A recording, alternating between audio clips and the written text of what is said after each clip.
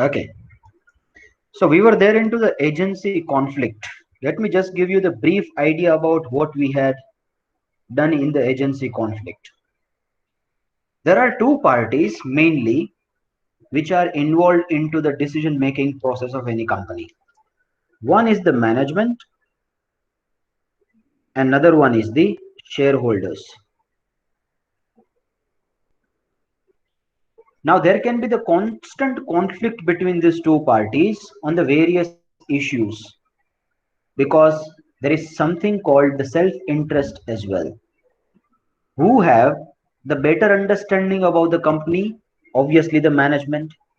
They have got some information which is quite secret in nature. They have got the information which is a very minute in nature. They know the ups and downs of the companies. They know advantages, disadvantages of various decisions they take. They are into the business. Shareholders are the owners of the company.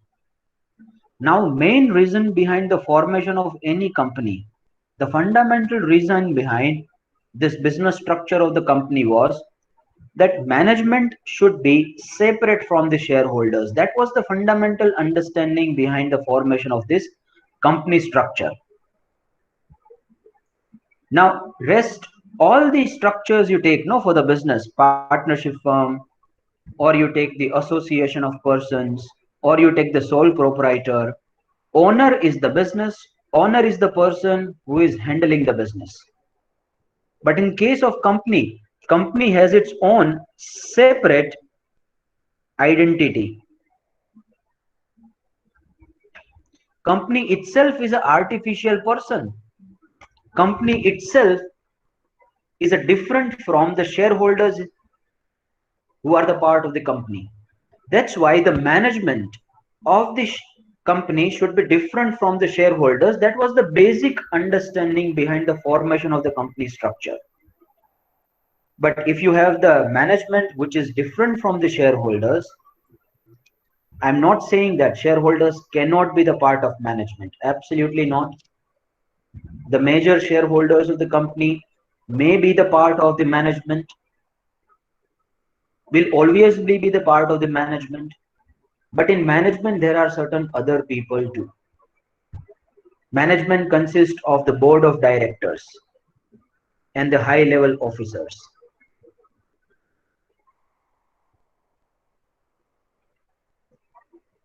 And the board of directors, as per the 2013 Companies Act, there are certain limitations imposed on the board of directors. If you are a listed company, if you have the market capitalization of some certain level, if you have the good amount of sales, good amount of capital, there are certain limits prescribed. Then you should have some independent directors too. Then you should have some women directors too. Those kind of a compulsions are imposed on the board of directors. So that's why, the shareholders do not become the exact management. There has to be some other people too who would be a part of the management board of directors, so that the company runs in a better way, so that the company do not indulge themselves into the fraudulent practice. These are the various corporate governance things which are included, which are part of this now. But the problem is that, sir, there can be constant conflict between these two parties. Now, shareholders might not be liking the style of management. That can be a one conflict, agency conflict. The way in which the companies are being managed, the way in which the organization structures are framed by the management. Shareholders might not be very happy with that. Number two, shareholders might be requiring the dividend, but management might not be taking the enough steps in that year to issue the dividend to the shareholders. Now, shareholders, I'm not saying that in every case they would be requiring the dividend, but that is the potential conflict which may arise. So it can be related to the dividend payment. It can be related to the personal expenses of, or the salaries, perquisites, and allowances of the management. Salary, expenses, allowances of management.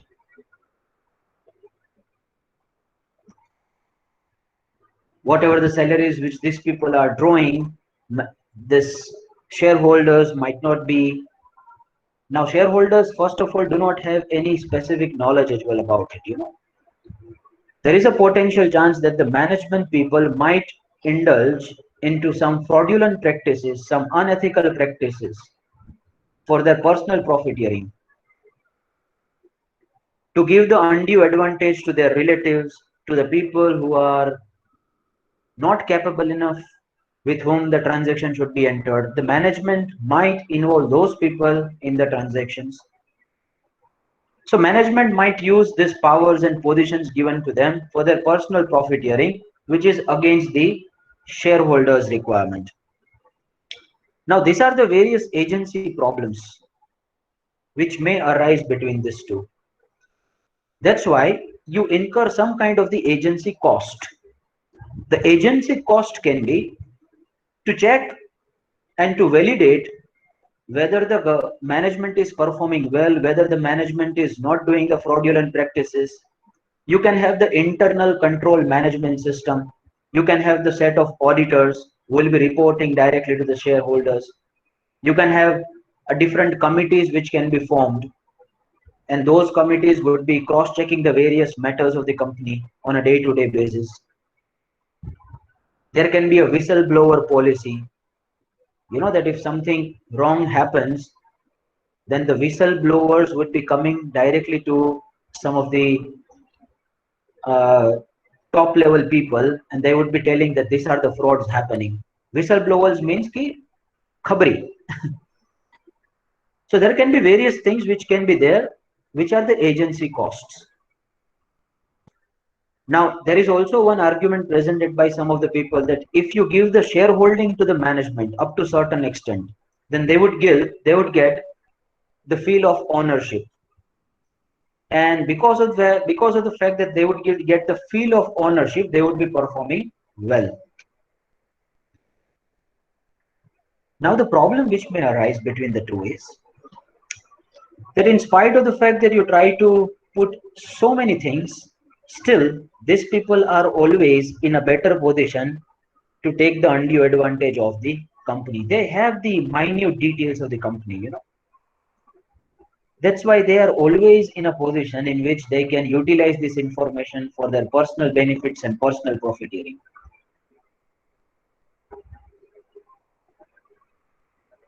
And on that, I had told you to refer one of the case studies, which is a very famous case study among the business management students. It's been taught in the various management schools as well from the different perspectives. Some people are talking about that case study from the communication gap perspective, that how there was a communication gap between the shareholders and the management. Some people are taking this case study from the organizational structure perspective, that how there should be the organizational structure, who should be reporting whom. Some people are taking this case study for the internal management of the company. Now this case study is looked from the various perspectives.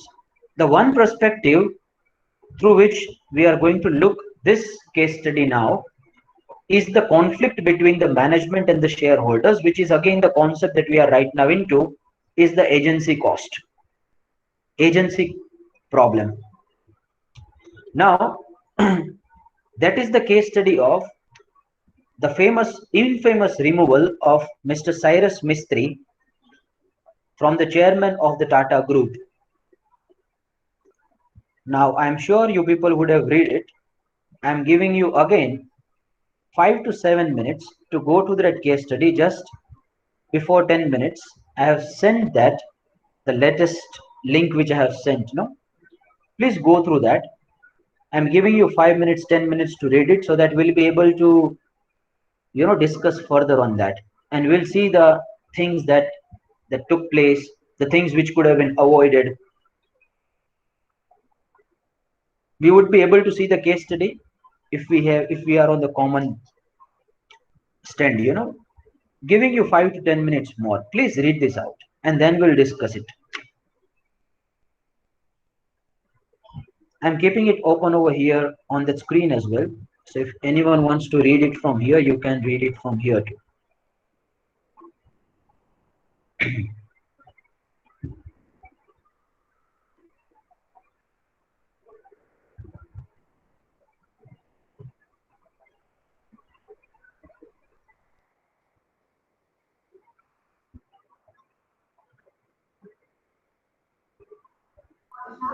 Sir, excuse me. Yes. Sir, except here, where did you post it, this case study? In your WhatsApp group, I have posted. Oh, so sir, should we read from there or here? Anyway, whatever the way you are comfortable with. Okay, sir, thank you. Yeah. I'm keeping it open over here too. I'll be dragging it further. Everyone, please read it with the utmost concentration. Now at the MBA level, again, that is something which is slightly off the track. You must have the analytical skills. It shouldn't be the education where the one person is delivering and you will be writing in the examination. No. Try to look the things from the various dimensions. Try to have your own thinking process. Read it as much as possible. Go to the reference books and books directly. So at the post graduation level, I want my students to have the analytical skills as well. It's not just about I teach you and you will be writing in the examination. No, have your own thinking process, because I'm considering you as the adult students now, and accordingly we'll be discussing this case study.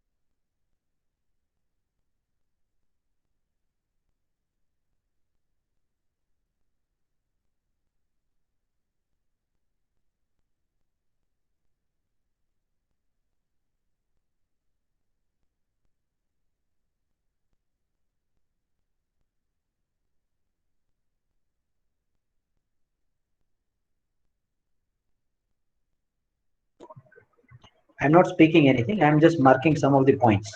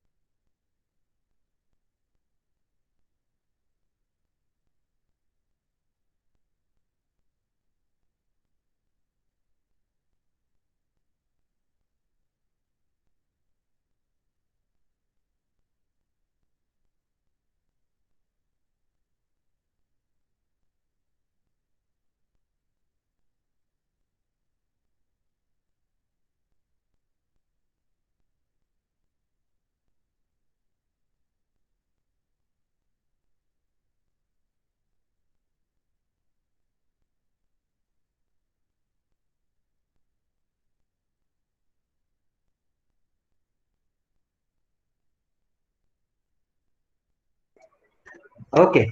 I hope everyone would have read it either from this or from their mobile phone. May we start the discussion on this, please? Confirmation, please.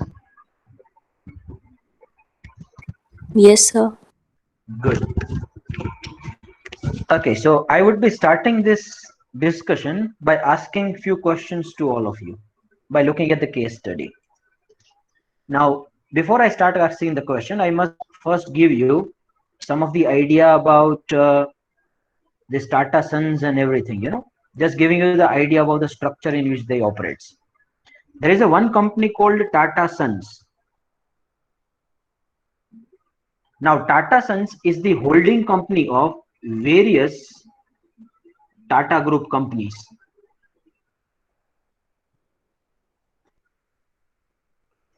Now, when I say holding company, that means it holds more than 50% of the shares in those companies. These are called as the Tata Group companies. TCS is there, Tata Motors is there. There are various other companies under the brand of Tata, in which this Tata Sun is the holding company. Now, who is owning this Tata Sons first of all? The Tata Sons is owned by majorly the Tata Trust. Now, there are various trusts formed by the Tata who are owning the stake in the Tata Sons, somewhere around 65%. I'm not taking the exact amount, I'm not very much aware about as well. Somewhere around 65% of the Tata Sons is being held by the various trusts under the Tata. So there are trusts established by Ratan Tata, there are trusts established by the JRD Tata. Those are holding the stake in the Tata Sons. Obviously, their collective share is somewhere around 65%. So effectively, these people are handling the Tata Group only. There are few other stakeholders as well. Somewhere around 15% would have been held by the father of Cyrus Mistry. Now, Cyrus Mistry was placed as the chairman of the Tata Sons. He was the chairman of the Tata Sons. He was placed as a chairman of the Tata Sons by Tata Trust as well as the various other shareholders in 2012. Now, that is a very gigantic conglomerate. This group of companies is such a big that if you will be taking the collective market capitalization of this group, it would be very, very huge.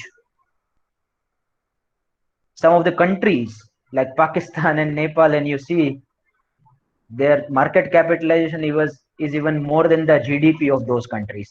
It is such a huge group in India. Now, what happens is that this Cyrus Mistry was appointed as the chairman in 2012 and he got sacked in 2016 because he had some differences with Ratan Tata. Ratan Tata was already aging faster at that time. He was very old. So at this point of time, he decided that he do not want to be a part of this, this management committee now. He decided to step down and Cyrus Mistry was appointed. Now, here the story starts. Now, first question after reading this case study is to you, after taking into mind all these details I have stated, that what was the fault of Cyrus Mistry as per your opinion? May I have the interaction from the students, please? What was the fault of Cyrus Mistry as per your opinion?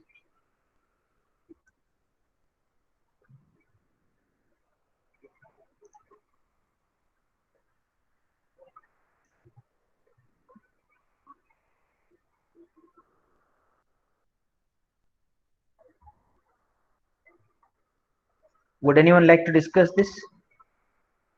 Let's have the interaction. Let's not make it a monologue, where, okay, Mr. Harsil is saying that, sir, taking the decision without discussing with the board of directors. Yes, in some of the decisions, specifically that was related to the acquisition of one of the business, I have done the markings over there as well. Here, one of the business purchase that was made by Cyrus Mistry, that was acquisition by Tata Powers, one company under the Tata Group.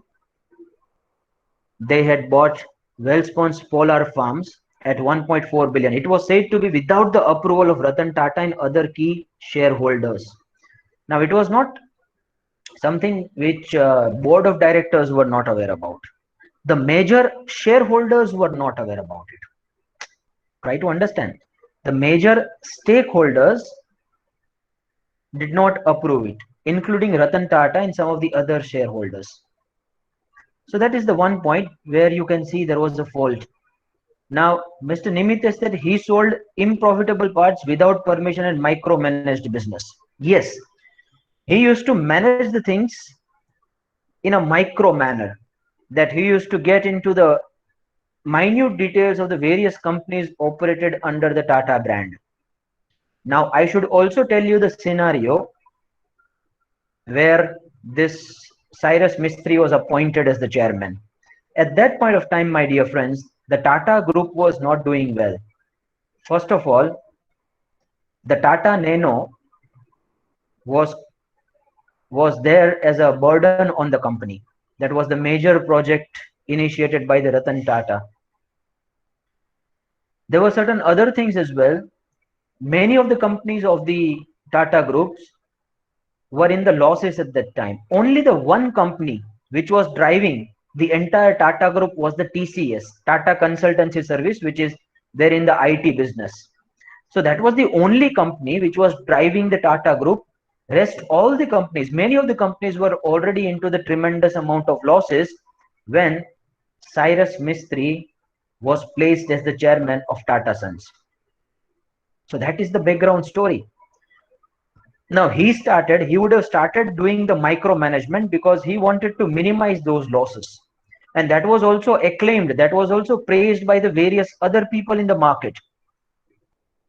That he was of such opinion that we do not want to take any kind of the assets which are loss making in nature. So he started selling of those assets. He started selling of the stakes in the companies which were not performing well. That was also a reason. Now, micromanagement would have been the style of his management. That was also a conflict between the management and the shareholder. Now, shareholder, who was the prominent Ratan Tata, he was like, you shouldn't be micromanaging the things to such extent. You should be visionary in nature. Even if you make the losses for some period of time, no, then also you should be trying to survive and thrive in those losses. He was of such kind of opinions. So one thing was clear cut established, that there was a mismatch between the vision of Ratan Tata and the Cyrus Mistry. That was also seen in the handling of the issue of the Tata Docomo. Now, Tata Docomo was the joint venture between, the merger between one of the companies of Japan who was into a telecommunication business, and they have done it with the Tata Telecommunication Services. So they were into a SIM card distribution network channel in India. Now, Tata Docomo was again unhappy with the way the things were going on, And Tata Docomo decided that we do not want to remain in this Tata group anymore. We are taking away our entire telecommunication services from the India. But whatever the share that we have invested in your company, Tata Sons, or in telecommunication services, we want our money back. Either you purchase those shares back, or you find some buyer who will be taking our shares, because we do not want to remain in this business. Now, that was a very tough stand taken by Mr. Cyrus Mistry. He was very firm on his opinion that, he used to be little bit such kind of a leader who was profiteering in nature. He used to take the advantages of the rules and regulations, the tremendous amount of powers that he possessed as a chairman of the Tata Group.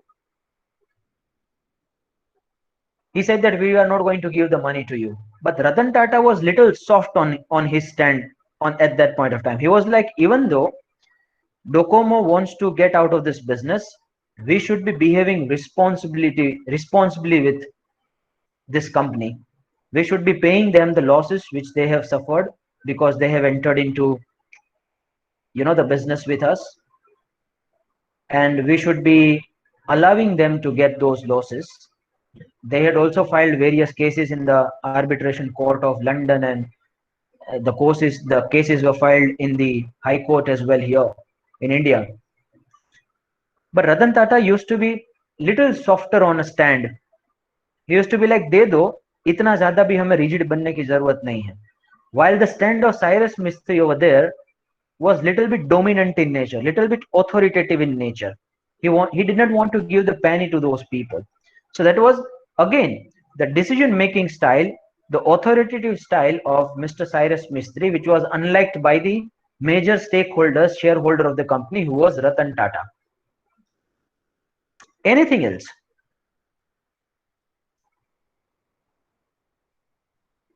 Maybe he wanted to clear the debts of the company without taking permission of the board of directors.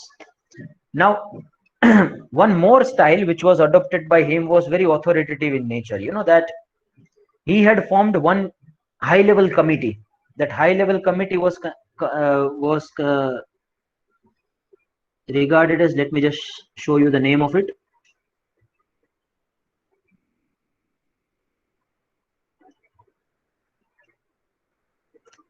The council, GEC, that is the Group Executive Council. Now this Group Executive Council was operating in very concentration manner. You know, that means they wanted to concentrate the powers. Earlier, there was a practice that all the companies and their CEOs were functioning independently. There was an independence that was assured by the Tata Sons. But yes, they were, they were in the line with the vision of the Tata Sons. They were reviewing the situation constantly, but they were functioning independently. Now there was a one high level committee that was formed by Mr. Mistry. That was a Group Executive Council, and CEOs of the company were not quite happy with that. All the various companies which were handled by the CEOs, chief executive officers, they were not happy with those decisions. Even the board of directors were not happy with that formation of the GEC. Now, formation of the GEC was basically centralizing the powers, so that you come to know that what companies are doing, where they are stuck, how can we help them. There can be a positive things as well because of centralization of this. That means you try to centralize the powers, at the topmost level, you are trying to centralize the powers. Now, this kind of the interference was not liked by the CEOs at the ground level situation. And ultimately, what happened because of all these problems, he was sacked. All the board of directors passed the no confidence motion in the board meeting, and he was sacked. Now, the next question arises. What would have been the ideal approach when this Cyrus Mistry, that fellow, was sacked? What was the wrong in that sacking? It would have been done in a better way. So that was also suggested by some of the people. I'm taking you to those sentences. You may let me know.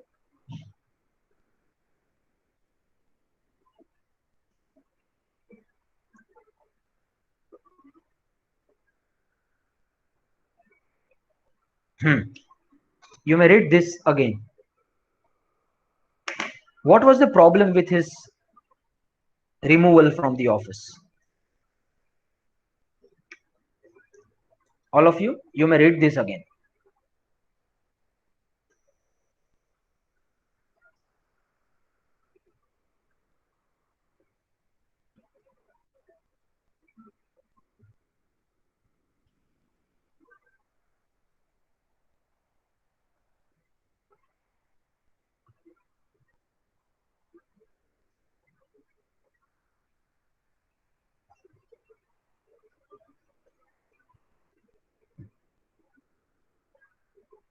Ms. Priska is saying that sometimes group decision making or participatory decision is very complicated to lead. Yes, absolutely, Ms. Priska. It's very, very complicated, definitely. We cannot discuss it right now that what happened wrong and what would have been done. There would have been various dimensions to look at it, absolutely.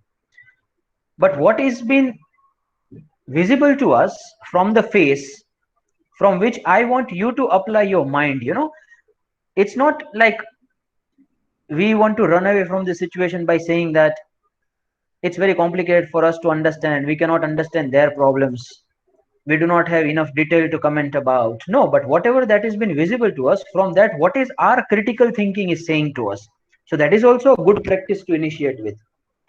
I'm not saying that the solutions and the comments which are given by us would be the appropriate and right. No, we are no one to comment about the company, but I want their critical thinking ability of my students should also be increased. That is also important one. No, it's a very complicated to understand their business organization, their things, but what about our thinking process? Mr. Nimit is saying that emergency meeting and approval of others was not called and considered. Yes. Now here, the problem which took place, that board of directors removed Cyrus Mistry very suddenly, and board of directors fell into the pressure of Mr. Ratan Tata. Ratan Tata was the very dominant shareholder. Now, Tata Sons is the company which handles the Tata Group. They have this holding stake in various companies of the Tata Group. Now, who is the major shareholder of the Tata Group, Tata Sons? 65% of the shareholding is being owned by the trusts of Tata. In Tata Sons, there is a stake owned by Saporji Palonji as well. Cyrus Mistry is also holding a stake in the Tata Sons. But now there was a one dominant shareholder who forced the board of directors of the Tata Sons to take the immediate decisions. Now, what about the rest 35%? I know that he was a very dominant stakeholder in this. We are aware about it, but there is a fiduciary relationship between the board of directors with all the shareholders. When I say fiduciary relationship, that means the relationship of the trust. You should not be bowing down to the major dominant shareholder of your company. You have the responsibility to convey it to all the people, 100%. You could have called the annual general meeting where all the shareholders would have been invited, and by taking this issue to this annual general meeting, and say annual general meeting takes place after some point of time, you can also call the extraordinary annual general meeting as per the Companies Act. You will come to know about it. So you could have called this extraordinary annual general meeting, because if the issue was so important for you to be discussed, fine, you could have called the EGM, extraordinary general meeting. But that was required. The confidence of this 35% of the shareholders was also supposed to be taken into account.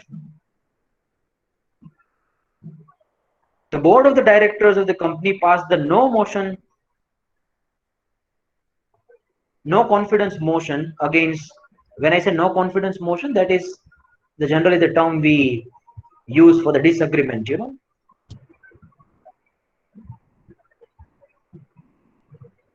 And they removed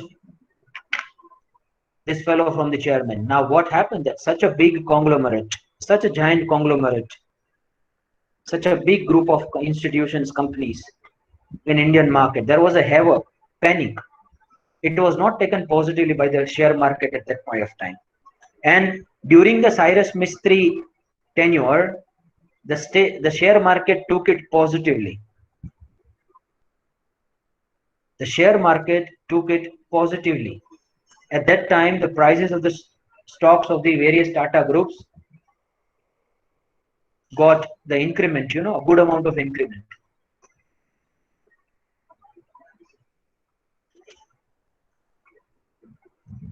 Now, what I'm trying to say by this is, now see, this Ratan Tata has also written the letter to the Prime Minister at that time that why I have sacked him, and what was the reason behind it. And there was a drama as well.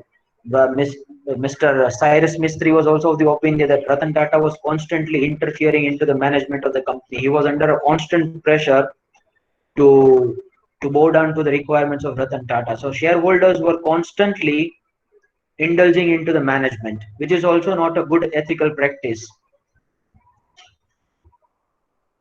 Even though shareholder might not be very much, convinced with the decisions taken by the management, there is a way to showcase your disagreement. Constant interference and involvement into management might not be a suitable way. Now that they were forced to do as well, there is a different dimension to look at it. They were forced to do it because they might not be seeing the things happening in a good shape in a company. They were forced to do it. And one, very hard statement that was issued by Cyrus Mistry at that time was that Ratan Tata's decision of Nano was emotional in nature. So he wanted to give, the car to the Indian family. Nano was, those students who do not have the brief idea about the Nano, I'm just giving you. Nano was one of the dream project of Ratan Tata. That was a very small, affordable car that was been put across in the Indian markets. At that time, the car was just costing somewhere around 1 lakh of rupees.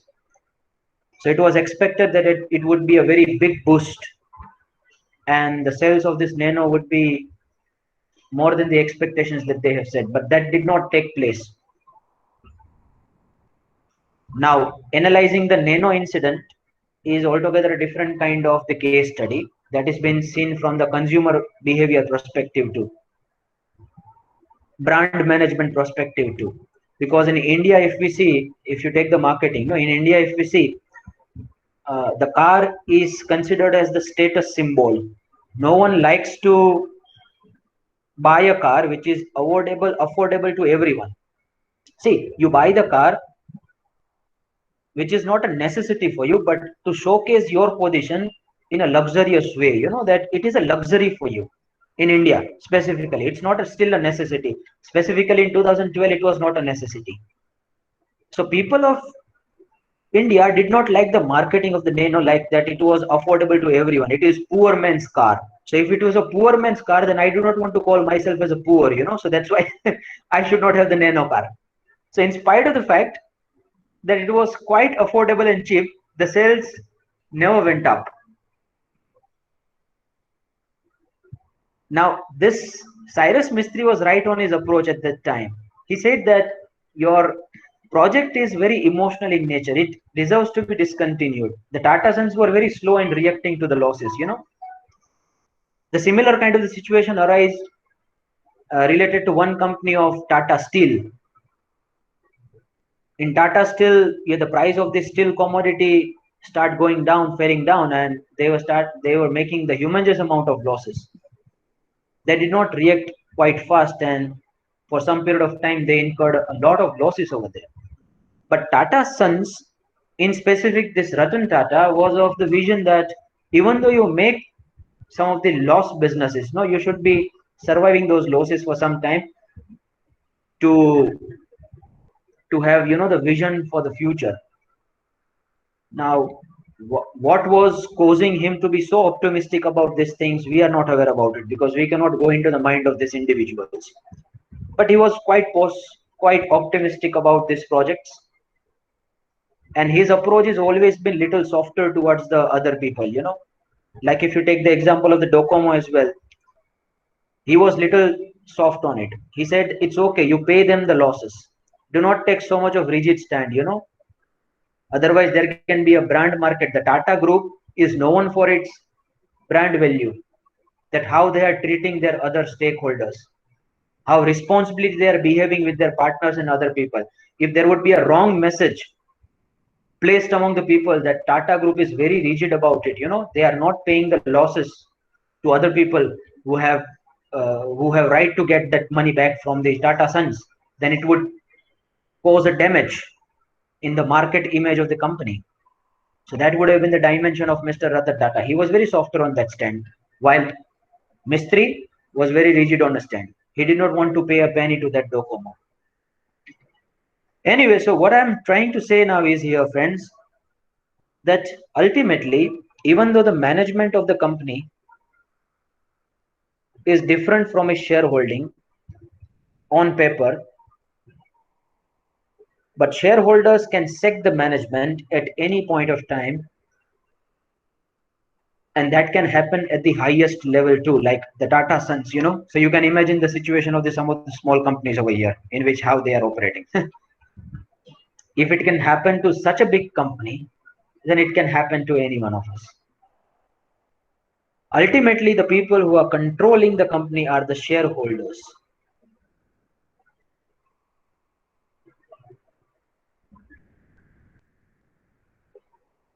Even though the management have the tremendous amount of information, they have been given the rights and responsibilities to enter into a transaction, but they cannot afford to go against the will of the shareholders.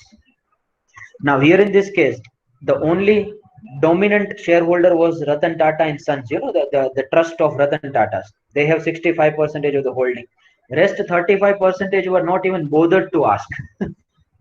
their their opinion was not even taken only. So that's the hard ground level reality. So management will always be under a pressure to perform as per the will of the shareholders. Now, to sometimes now earlier there was a kind of uh, the opinion among the people that management are responsible for the losses and fraudulent practices. Now, if you check major scams and frauds done by the companies, no, management have done it because shareholders are not indulging into the day-to-day businesses. So all the corporate governance frameworks were focusing more towards controlling the management. But nowadays, I feel that there is a requirement to give some autonomy to the management as well.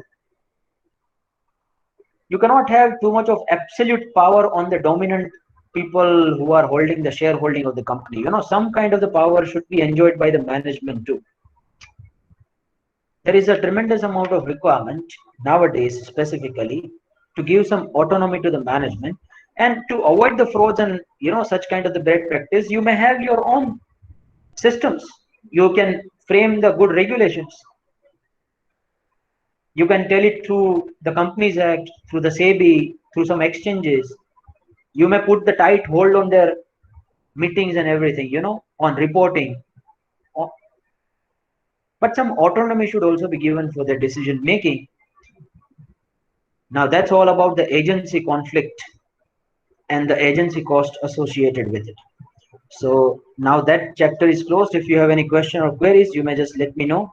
Else I am assuming that you people have got it.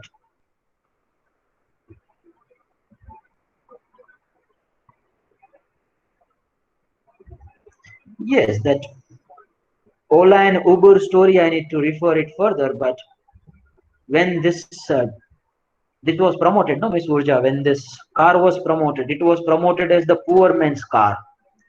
Now, because of the fact it was promoted as a poor man's car, it was not liked by the middle class because every one of us wants to showcase our position, which is upper poverty level.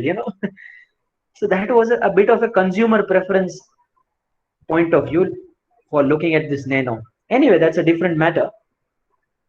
We shouldn't be discussing about it as of now. May I have the confirmation from the students that you have got the agency problem correctly?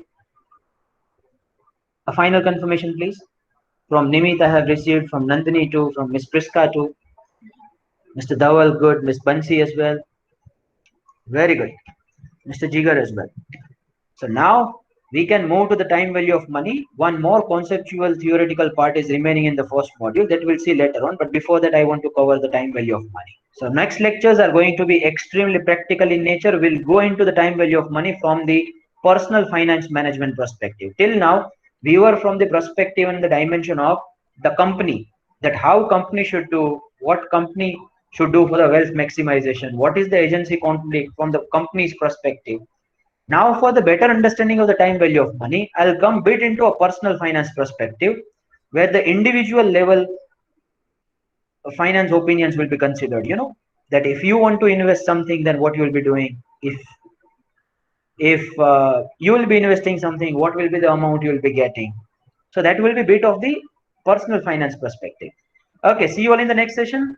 Please put your enrollment number as a mark of your attendance. Please put it correctly. Bye-bye. Take care. Sayonara. Enjoy the rest of the day. See you all in the next session with the utmost of energy and the enthusiasm. Bye-bye. Take care.